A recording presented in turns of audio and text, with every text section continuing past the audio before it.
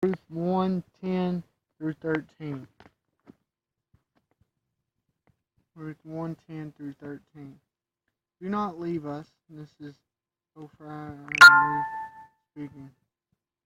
Do not leave us. We insist you take us with you to live with you and your people. So they wanted to stay with their mother-in-law. At this point, this would have been their family. They would have known her. They would have been familiar with her. For them to leave her would have been. They were making commitment to leave their own people to live with their mother-in-law. That bond was built and special. Oftentimes we build bonds in life that we don't want to let go, even though it seems like it's time to let go.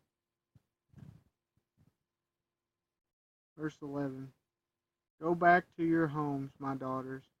What possible reason should you have for returning with me? This is Naomi speaking.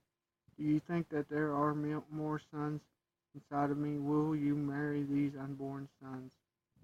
So this goes into the Jewish tradition of they were to marry the next of kin, which was oftentimes a brother, which would mean her son, which she had none. This is an Israelite law. May not have been so practiced with the Moabites, but Naomi would have been very familiar with this.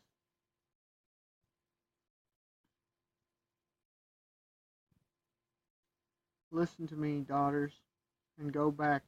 I am too old. I will not marry again, because I cannot conceive. But even if I could, if I still believed there was hope for me, or if I had a husband and conceived sons tonight.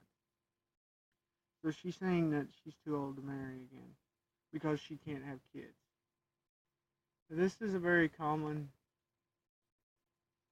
understanding of things. Very understood way of things. The fact is, we as Christians oftentimes don't really think of things but on our level.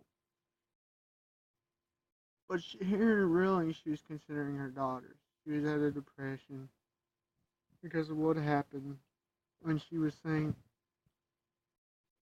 there's no hope for me, but there's hope for you, and you're not going to find it with me.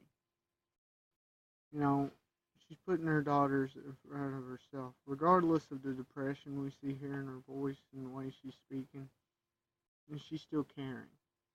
And oftentimes as Christians, that's exactly what we got to do. We got to care for people when we're even at our worst and our lowest. Would you waste a lifetime waiting for them to grow up? Would you let this hope for the future keep you from remarrying now? Of course not, my dear daughters. It is obvious that the Lord has acted against me. My life is much too bitter for you to share with me. So at this point, she's admitting she's bitter. She's turned. She thinks the Lord's against her. And oftentimes we can be in a point in our life where we think the Lord's against us. But He's just bringing us through a trial so we can appreciate truly what He's done for us. He ain't against us. We feel it that way at times.